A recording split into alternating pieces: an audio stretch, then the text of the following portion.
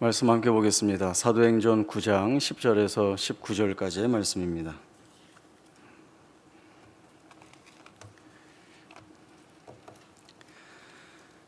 사도행전 9장 10절에서 19절까지의 말씀 제가 읽겠습니다.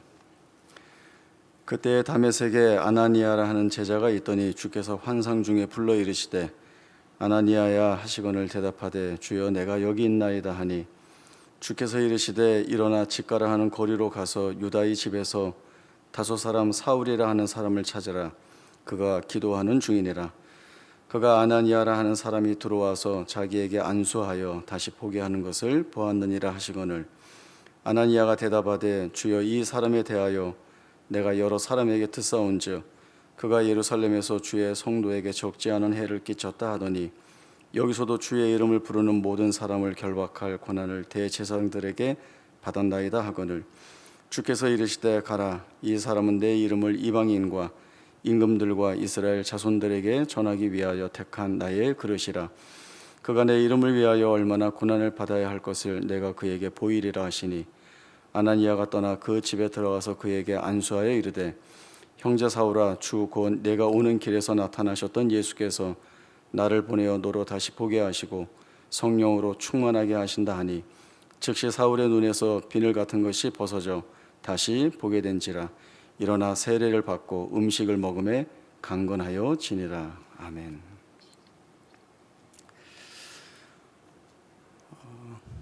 영화가 재미있으려면 그 영화에 나오는 악당이 자기 역할을 잘 해야 합니다.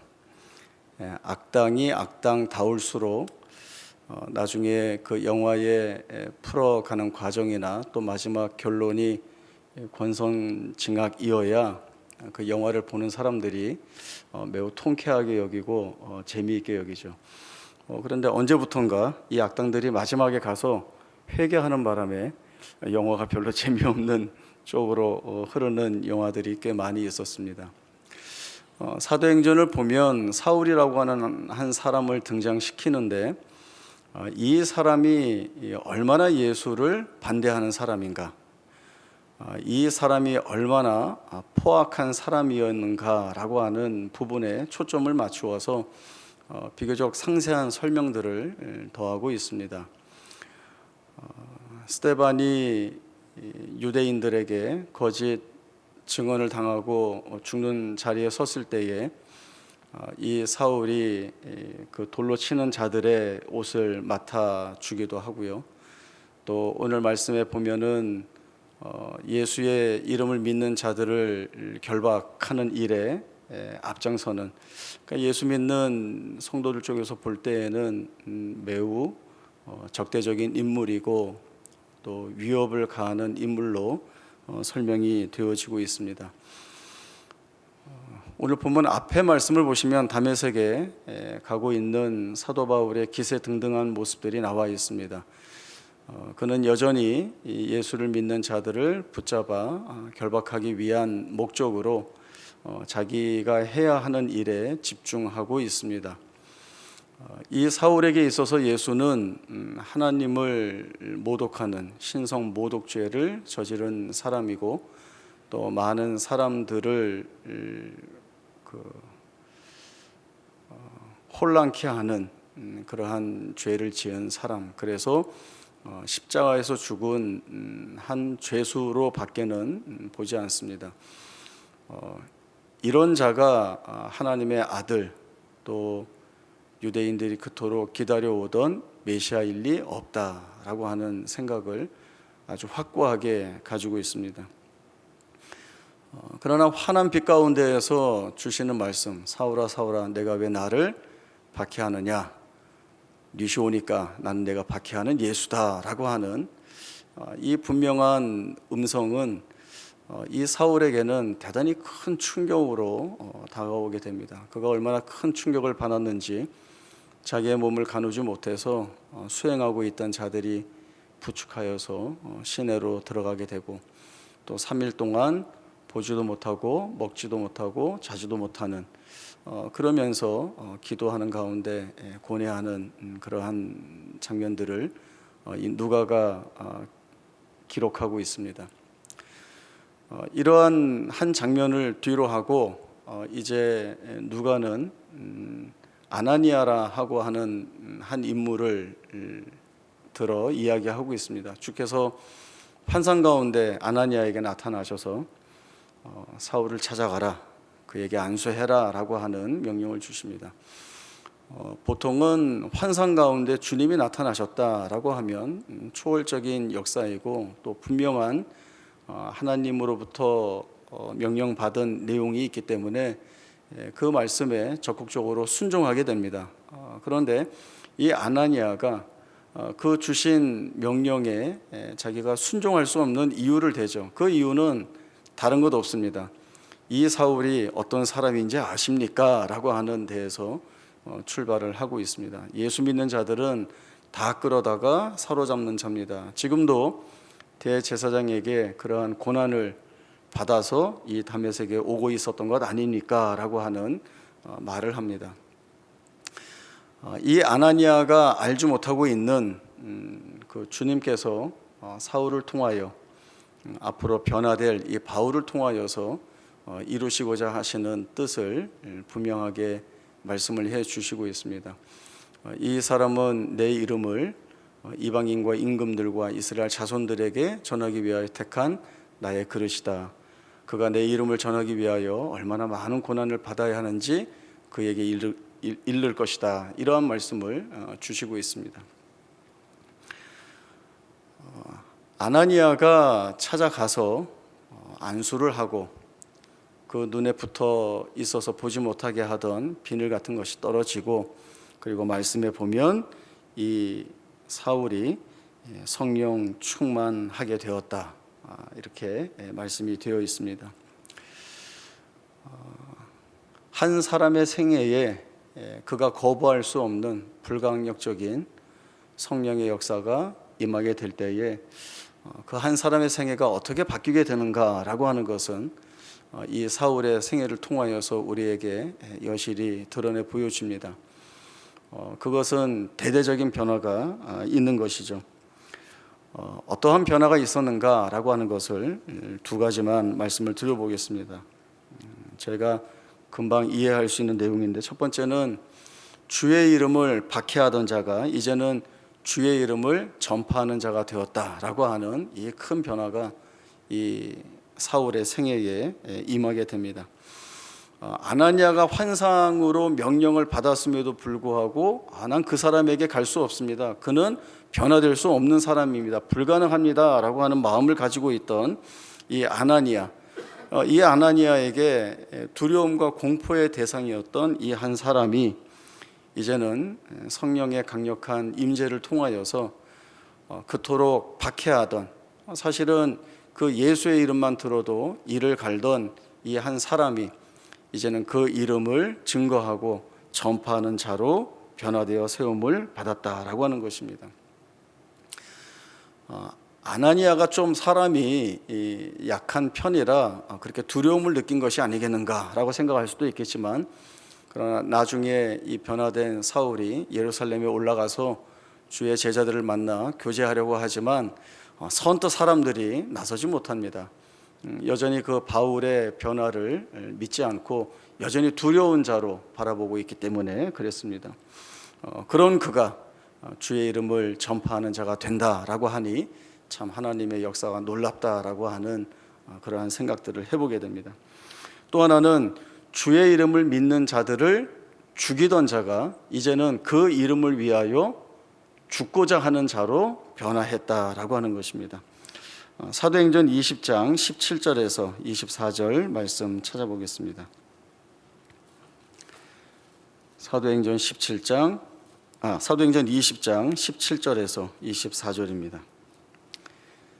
17절부터 말씀 봅니다. 바울이 밀레도에서 사람을 에베소로 보내어 교회 장로들을 청하니 오매 그들에게 말하되 아시아에 들어온 첫날부터 지금까지 내가 항상 여러분 가운데서 어떻게 행하였는지를 여러분도 아는 바니 곧 모든 겸손과 눈물이며 유대인의 간교로 말미암아 당한 시험을 참고 주를 섬긴 것과 유익한 것은 무엇이든지 공중 앞에서나 각 집에서나 거리낌이 없이 여러분에게 전하여 가르치고 유대인과 헬라인들에게 하나님께 대한 회개와 우리 주 예수 그리스도에 대한 믿음을 증언한 것이라.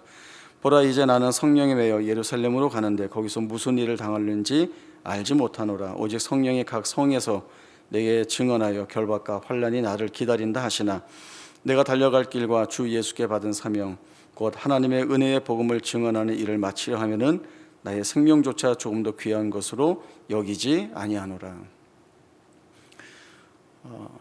에베소 교회 장로들을 밀레도에서 만나서 이제 자기가 주 앞에서 얼마나 겸손하게 또 복음 앞에서 얼마나 강력하게 그 책임들을 감당했는가라고 하는 것을 이야기하면서 이제 예루살렘으로 올라가는 자신의 계획을 밝히고 있습니다. 예루살렘에 올라가서 내가 어떤 일을 당할지, 사실 바울은 복음을 들고 나아갈 때 어디에서든지 환영받지 못하고 늘 반대와 그 반대로 인한 억압과 핍박, 박해를 받아왔습니다. 그래서 어디를 가든지 거기에서 어떤 일이 일어날지는 사실 전혀 생각지 못하는 것이죠. 사실은 거의 고난과 같은, 시련과 같은, 환난 같은 어려운 일들이 일어나는 것밖에는 사실 없습니다. 거기에서 어떤 일이 있을지 모르겠지만 그러나 성령이 증언하는 것에 대해서는 그 예루살렘의 환난과 결박이 나를 기다린다, 이렇게 말씀을 하신다는 것이죠. 그러면 그 말씀을 들은 사람들이 바울에게 할 수 있는 이야기는 무엇일까요? 한 장 말씀 넘어가서 사도행전 21장 7절에서 14절까지의 말씀 보겠습니다. 21장 7절부터 봅니다. 두로를 떠나 항해를 다 마치고 돌레마이에 이르러 형제들에게 안부를 묻고 그들과 함께 하루를 있다가 이튿날 떠나 가이사랴에 이르러 7 집사 중 하나인 전도자 빌립의 집에 들어가서 머무느니라. 그에게 딸 넷이 있으니 처녀로 예언하는 자라. 여러 날 머물러 있더니 아가보라 하는 한 선지자가 유대로부터 내려와 우리에게 와서 바울의 띠를 가져다가 자기 수족을 잡아매고 말하기를 성령이 말씀하시되 예루살렘에서 유대인들이 이같이 이 띠 임자를 결박하여 이방인의 손에 넘겨주리라 하거늘 우리가 그 말을 듣고 그곳 사람들과 더불어 바울에게 예루살렘으로 올라가지 말라 권하니 바울이 대답하되 여러분이 어찌하여 울어 내 마음을 상하게 하느냐. 나는 주 예수의 이름을 위하여 결박당할 뿐 아니라 예루살렘에서 죽을 것도 각오하였노라 하니 그가 권함을 받지 아니하므로 우리가 주의 뜻대로 이루어지이다 하고 그쳤노라. 제가 앞에서 여쭤봤던 그 질문의 답을 이 21장에 나오는 분들이 하고 있죠. 결박과 환난이 기다린다 하니 할 수 있는 이야기는 올라가지 마십시오라고 하는 것이 그때 할 수 있는 최선의 대답이라고 생각을 했을 것입니다. 지금 올라가지 마십시오. 일부러 결박당할 이유가 어디에 있겠습니까? 오히려 지금 가지 않는 것이 더 크게 하나님의 일을 할 수 있기 때문일 수도 있습니다. 이렇게 얘기할 수도 있고 지금 올라가지 마시고 후일을 도모하여서 더 큰 주의 일을 하면 더 좋지 않겠습니까? 라고 하는 이야기도 할 수 있을 것입니다. 그러나 밀레도에서도 그렇고 지금도 사도 바울이 고백하고 있는 것이 무엇인가 하면 주의 복음을 위하여서 내가 어떠한 일을 당하더라도 나는 거기에 순종할 각오와 결심이 되어 있다라고 하는 것입니다. 나의 생명을 조금 더 귀한 것으로 여기지 아니하고 또 결박을 당하는 것뿐만 아니라 죽음까지도 당할 수 있다라고 하는 그 각오가 이 바울에게 새겨져 있는 것입니다. 이것이 성령 충만함을 입은 한 사람이 바뀌어져서 이제 바뀐 그에게서 드러나는 고백이 되고 있습니다. 사울을 바울로 그리고 주의 이름을 핍박하는 자에게서 주의 이름을 전하는 자로 바뀐 이 바울의 삶에는 대단히 큰 변화가 있는 것이 아주 분명하게 드러나고 있습니다. 이러한 변화가 있어야 주의 사역에 쓰임을 받는 것이지 변화가 없이 그 자리에 머물러 있다라고 한다면 각오도 있을 수 없고 또 주의 사역에도 쓰임 받을 수가 없습니다. 저희 요한복음 20장 24절에서 29절까지의 말씀 찾아보겠습니다. 그 의심하는 도마의 이야기입니다. 요한복음 20장 24절에서 29절까지의 말씀 보겠습니다. 12제자 중에 하나로서 디두모라 불리는 도마는 예수께서 오셨을 때에 함께 있지 아니한지라. 다른 제자들이 그에게 이르되 우리가 주를 보았노라 하니 도마가 이르되 내가 그의 손에 못자국을 보며 내 손가락을 그 못자국에 넣으며 내 손을 그 옆구리에 넣어보지 않고는 믿지 아니하겠노라 하니라. 8해를 지나서 제자들이 다시 집 안에 있을 때에 도마도 함께 있고 문들이 닫혔는데 예수께서 오사 가운데 서서 이르시되 너희에게 평강이 있을지어다 하시고 도마에게 이르시되 내 손가락을 이리 내밀어 내 손을 보고 내 손을 내밀어 내 옆구리에 넣어보라. 그리하여 믿음 없는 자가 되지 말고 믿는 자가 되라. 도마가 대답하여 이르되 나의 주님이시여 나의 하나님이시니이다. 예수께서 이르시되 너는 나를 본고로 믿느냐? 보지 못하고 믿는 자들은 복되도다 하시니라. 부활하신 주님의 제자들을 찾아오셨습니다. 하필이면 그 자리에 도마는 함께하고 있지 못했습니다. 나중에 제자들이 도마에게 우리가 부활하신 주님을 만났다라고 이야기하는데 말씀이 참 재미있습니다. 그리고 도마도 재미있습니다. 너희 무슨 소리 하는 거야? 죽으신 주님이 어떻게 다시 이 자리에 오신단 말이냐? 난 못 믿겠어.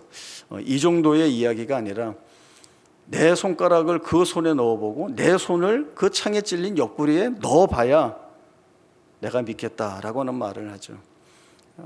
이 도마는 내가 보고 내가 만지고 그래서 내가 보고 만진 것으로 확인해야 주님이 살아나신 것을 믿겠다 이야기를 하고 있는 것입니다. 사실은 주님이 찾아오셔서 만나지 못했고 보지 못해서 너가 믿지 못했다라고 하는 이 의심에 대해서 정당성을 주시는 것이라고 한다면 다시 찾아오신 주님이 도마 너는 저번에 없어서 못 믿었지? 자 오늘 나를 보고 이제는 믿어라. 이 정도의 말씀에서 그칠 수 있는데 주님이 분명하게 말씀하신 것이 무엇인가 하면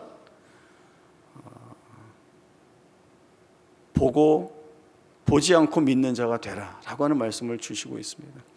왜냐하면 주님께서 이미 부활하실 것에 대한 말씀을 제자들에게 분명하게 그리고 여러 차례 말씀해 주셨고 특별히 마지막 성찬을 통하여서 이 주님의 다시 살아나심에 대한 말씀은 이 제자들에게 강력하게 주어진 말씀입니다. 이 말씀보다 도마는 자기의 생각들을 또 자기가 확인하는 바들을 더 위에 두고 있습니다. 움직이지 않고 있는 것이죠. 주님이 너는 나를 본고로 믿느냐? 보지 않고 믿는 자가 복되도다 라고 하는 것은 너가 생각하는 너의 그 자리에 머물러 있지 않고 내 앞으로 나와야 된다는 것입니다. 내가 한 말, 내가 이른 말에 그 말을 진리로 여기고 그 말 앞에 너를 세워야 그래야 이제 너에게 맡겨지는 복음의 사역들을 내가 감당할 수 있다라고 하는 말씀이 이 주님의 말씀 가운데 다 담겨 있는 것입니다. 사도행전 9장 20절을 보면 사울이 이제 즉시로 회당에 나아가서 예수 그리스도가 하나님의 아들이신 것을 전파하게 됩니다. 대단히 즉각적인 변화가 그의 삶에 있었습니다. 예수를 믿어 변한다라고 하는 것은 착한 사람이 되는 것이 아닙니다. 법이 없어도 사는 사람이 되어야 한다는 것을 말씀하는 것이 아닙니다. 에베소서 4장에서 말씀하고 있는 것처럼 우리가 예수 안에 있으니 너희는 유혹의 욕심을 따라 썩어져가는 구습을 따르는 옛사람을 벗어버리고 오직 심령이 새롭게 되어 하나님을 따라 의와 진리의 거룩함으로 지으심을 받은 새 사람이 되는 것입니다. 이것은 얼굴이 바뀌는 것도 아니고 옷을 바꿔 입어서 스타일이 바뀌는 것이 아니라 그 사람의 본질이 바뀌는 것입니다. 그 사람의 정체성이 바뀌는 것입니다. 그래야 그가 하나님의 일을 하는 데 있어서 하나님이 원하시는 삶을 살아가는 데 있어서 할 수 없는 일들을 해나갈 수가 있는 것입니다. 하나님이 우리에게 맡겨주시는 책임, 우리에게 맡겨주시는 사명들은 우리가 할 수 있는 일들이 아닙니다. 성령의 능력을 덧입고 성령의 은혜를 따르지 않고는 우리가 행할 수 없는 일들을 우리가 해야 하기 때문에 우리는 이 성령 앞에서 그 성령을 통하여 변화된 자리로 나아가기 위한 소원과 그리고 그 마땅한 간구를 하나님 앞에서 가져야 하는 것입니다. 그때 하나님의 성령을 부어주시고 성령의 부음받은 우리의 삶은 바뀔 수밖에 없는 것입니다. 바울이 이야기를 하죠. 너희가 자랑하는 세상의 그 자랑거리 나도 많다. 그러나 내가 예수 안에 있음으로 인하여서 그 자랑거리들을 다 배설물같이 여긴다라고 이야기할 수 있었고, 사람들은 무엇보다도 자기의 생명과 목숨을 가장 소중하게 여기겠지만 내가 주를 위하여서는 죽는 자리에도 나아갈 수 있다. 이것이 내 소원이다라고 이야기하는 그 변화된 그 바뀐 삶의 자리에 이 바울이 서 있는 것입니다. 특별한 사람에게만 그런 놀라운 은혜가 주어지고 우리는 들러리인가? 우리 스스로도 나 자신을 둘러볼 때에 그런 담대한 고백이나 그런 삶의 변화가 없는데 우리는 뭔가라고 하는 그런 생각들이 늘 끌려 나오게 되죠. 우리가 어떻게 해야 되겠는가? 제일 먼저는 이겁니다. 병원에 가는 사람은 내가 아프다는 것을 인정하는 사람이 병원에 찾아갑니다. 나는 아프지 않아 하는데 병원에 찾아가는 사람은 아무도 없습니다.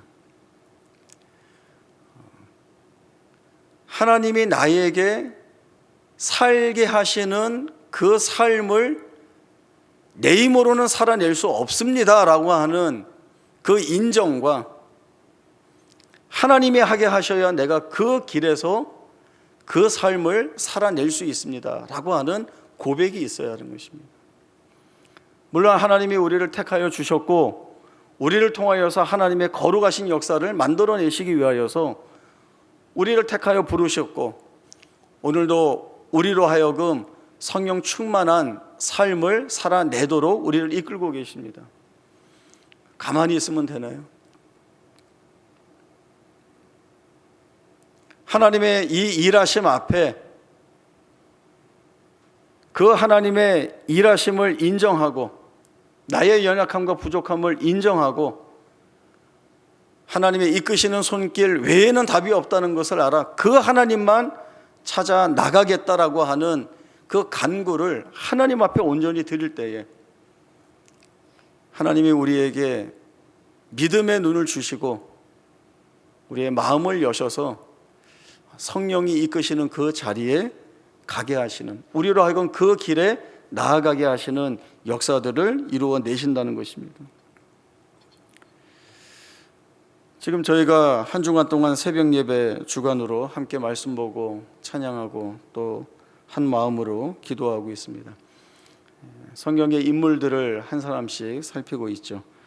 아브라함, 요셉, 모세를 살폈고 이제 내일 다윗, 그리고 마지막 날 엘리야를 돌아보게 됩니다. 성경은 이들을 위인이라고 말하지 않습니다. 영웅이라고 말하지 않습니다. 그들도 우리와 똑같은 성정을 지닌 사람이고 그들도 똑같이 하나님 앞에서 부족하고 모자란 것으로 인하여서 비명을 지르고 살았던 사람들입니다. 우리와 다를 것이 없는 사람들입니다. 그러나 그들에게 큰 변화가 있었습니다. 그 변화라고 하는 것은 그들이 그 변화를 통하여서 잘 살게 되었다, 고난이 면제되었다, 소원하고 있던 것들이 다 이루어졌다가 아니라 하나님이 맡기시는 일들을 감당할 수 있는 사람으로 변화되었다라고 하는 것입니다. 하나님 앞에 서면 또 나를 하나님 앞에 세우면 보지 못하던 것을 보게 되고 듣지 못하던 것을 듣게 되고 깨닫지 못하던 것을 깨닫게 됩니다. 우리의 눈이 가리고 있을 때는 하나님이 드러내 보여주시는 말씀이나 그 하나님이 행하시는 일들이 어떤 의미와 어떤 목적을 가지고 있는가를 전혀 알아낼 수 없지만 하나님이 우리의 눈을 열어주시고 마음을 열어주시고 지혜롭게 해주실 때에 하나님이 우리 안에서 그리고 우리를 통하여 그리고 우리를 바꾸어내는 그 과정들을 통하여서 하나님이 만들어내시는 일들이 얼마나 크고 놀라운가라고 하는 것들을 다 보게 하십니다. 그래서 하는 말이 우리가 많이 있지 않습니까? 하나님 얼마나 이렇게 세밀하신 하나님이신가, 얼마나 계획이 있으신 분이신가, 모자라지도 않게 일하시고 넘치지도 않게 일하시고 분명하게 역사하시는 하나님이시라는 것, 우리가 생각하지 못했던 것, 우리가 생각하는 것보다 훨씬 더 크게 넉넉하게 풍성하게 일하시는 하나님이시다라고 하는 것들을 보게 되죠. 어떻게 보게 되는 겁니까? 보는 눈이 생겼기 때문에 그렇습니다. 어떻게 보는 눈이 생겼습니까? 하나님이 보게 하셨죠. 성령으로 인하여서 우리로 하여금 보게 하신 것입니다. 우리는 여전히 알지 못한 길을 가고 있습니다. 그리고 내가 겪는 이 일들이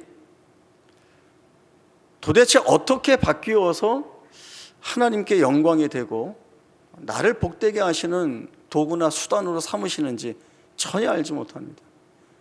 우리 장로님 기도해 주셨지만 우리가 어떻게 하나님의 생각들을, 그리고 우리가 어떻게 하나님의 지혜를 다 따라가 알 수가 있겠습니까? 모릅니다. 하나님이 우리를 하나님 앞에 한 걸음 한 걸음 이끌어내시면서 거기에 맞게 하나님이 보여주시고 깨닫게 해주시죠. 딱 그만큼.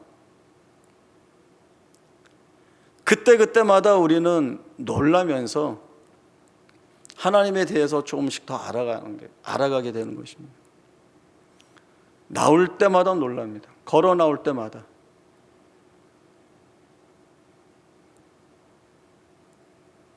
엘리야를 하나님 앞에 세워 놓으시고, 이건 마지막 날에 해야 되는데요.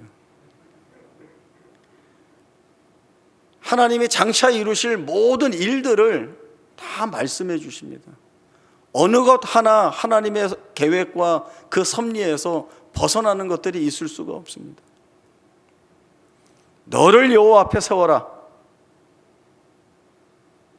그리고 그 여호와 앞에 섰을 때에 너에게 어떤 말씀을 주시는지, 그리고 그 말씀을 통하여 너가 무엇을 확인받는지를 알아야 된다는 것입니다.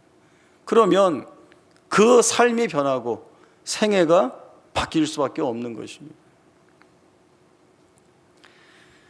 이런 말이 있습니다. 자녀에게 부모의 친밀도를 보여주면 상처라는 웅덩이에 물이 들어온다. 그 요즘 인터넷에 좋은 분들 강의 많이 있죠. 이렇게 듣다 보니까 참 이 좋은 말씀이 있어서 제가 적어놨습니다. 자녀에게 부모의 친밀도를 보여주면 상처라는 웅덩이에 물이 들어온다는 겁니다. 고통이라는 것은 참 어렵습니다. 우리가 어떤 고통스러운 일을 겪으면 금방 머릿속에 드는 생각은 이것만 아니면 좋겠다, 이것만 아니면 내가 뭐든지 견딜 수 있을 것 같다라고 하는 생각이 듭니다. 그러나 우리가 하나님과 잘 묶여 있으면 그 고난에도 하나님이 은혜의 물을 채워주시면 그 상처가 아문다는 거죠. 어떻게 그런 일이 있는가? 하나님이 하시는 일이니까 신비하고 놀라울 수밖에 없습니다. 우리는 순리대로, 우리는 절차대로, 원래 생각하는 대로, 계획대로라고 하는 것이 늘 우리 마음속에 담겨져 있는 생각이지만 하나님은 거의 거꾸로, 역설적으로, 마치 비닐이 거꾸로 세워진 것처럼, 영린처럼 손에 걸리고 이거 뭐야? 라고 하는 것들로 우리에게 인지되지만, 그러나 거기에서 하나님이 기적처럼 보여주시는 것들이 우리로 하여금 하나님의 하나님 되심을 보게 하는 놀라운 일이 되는 것입니다. 우리에게 이 고백이 있어야 되지 않겠습니까? 하나님이 나를 변화시켜야 내가 삽니다. 그래야 내가 죽지 않습니다.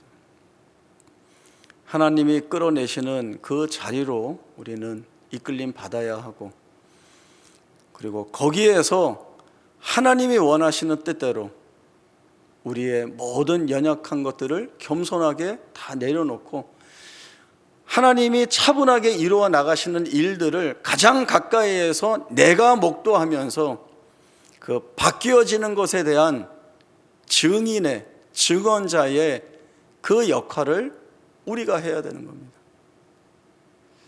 그러면 제일 먼저 은혜 받는 것이 나 자신이고, 그리고 이 받은 은혜를 우리 함께하는 분들에게 전하지 않겠습니까? 내가 이런 일을 놓고 기도하고 있었는데 하나님 이렇게 놀랍게 응답을 주시더라. 때로는 응답을 주시지 않거나 아니면 더 어려움을 겪는 자리에 있지만, 그때마다 우리는 도마가 가지고 있는 의심이 아니라 이 의심을 밀어내고 하나님이 의심할 수밖에 없는 이 자리에서 우리에게 말씀해 주시고 들려주시고, 그리고 이루실 일이 무엇이겠는가라고 하는 기대를 가지고 서 있는 것, 그것이 우리는 믿음이라고 얘기를 합니다.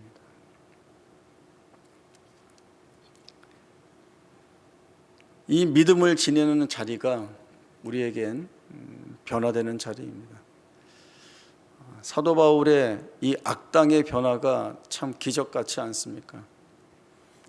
예수의 이름이라고 하면 치를 떨던 그가 이제는 그 예수의 이름에 사로잡혀서 예수를 위하여 죽을 수 있다라고 고백하는, 그리고 복음을 증거하는 일에 자신의 생애를 맡기는 것이 가장 행복하다는, 나 빨리 죽어서 주의 나라에 가고 싶다를 서슴없이 이야기할 수 있는 사도의 삶을 이 바울이 살고 있습니다. 하나님이 이 바울 못지않은 삶을 우리 보고 살라고 말씀하십니다. 변화의 자리로 나와라, 너를 여호와 앞에 세우라. 이 말씀을 끊임없이 주고 있지 않습니까? 주님의 음성에 귀 기울이시고 하나님 원하시는 반응으로 기도하셔서 하나님의 역사를 살아내는, 그리고 그 역사에 증인의 삶을 살아낼 수 있는 우리 모두가 될 수 있기를 바랍니다. 기도하겠습니다. 하나님 아버지, 우리의 살아가는 날들이 대단히 무력하기도 하고 또 우리가 할 수 있는 것들이 없어서 불안하고 두렵습니다. 그러나 성령께서 우리를 택하고 또 찾아오셔서 하나님께서 우리의 삶 가운데 목적하신 뜻들을 돌아보게 하시고 하나님의 역사가 뜻하는 것들이 무엇인지 깨닫게 하여 주셔서 그 성령의 이끌림 앞에 주 앞에 세워주시니 감사합니다. 우리의 소원을 갖습니다. 하나님 앞에서 우리의 삶을 찬찬히 돌아보기를 원합니다. 아무리 고난이라 할지라도, 아무리 실패라 할지라도, 아무리 아픔이라 할지라도 거기에 담아놓으신 주의 선하신 뜻들을 보게 하시고 또 그것을 마침내 이루어내셔서 우리로 하여금 우리의 입술을 통하여 우리 하나님 영광이시다라고 하는 그 고백을 토해내는 날까지 우리를 이끌어 가시는 하나님이신 것을 이 시간 믿으며 고백합니다. 주 우리를 붙들어 주시고 주 앞에 세워 주옵소서. 변화된 삶을 살아감으로 인하여 주의 은혜를 노래하고 또 주 앞에 영광의 찬송이 되는 그 거룩한 복이 우리 가운데 넘치도록 은혜를 부어 주옵소서. 거룩하신 예수님의 이름으로 기도하옵나이다. 아멘.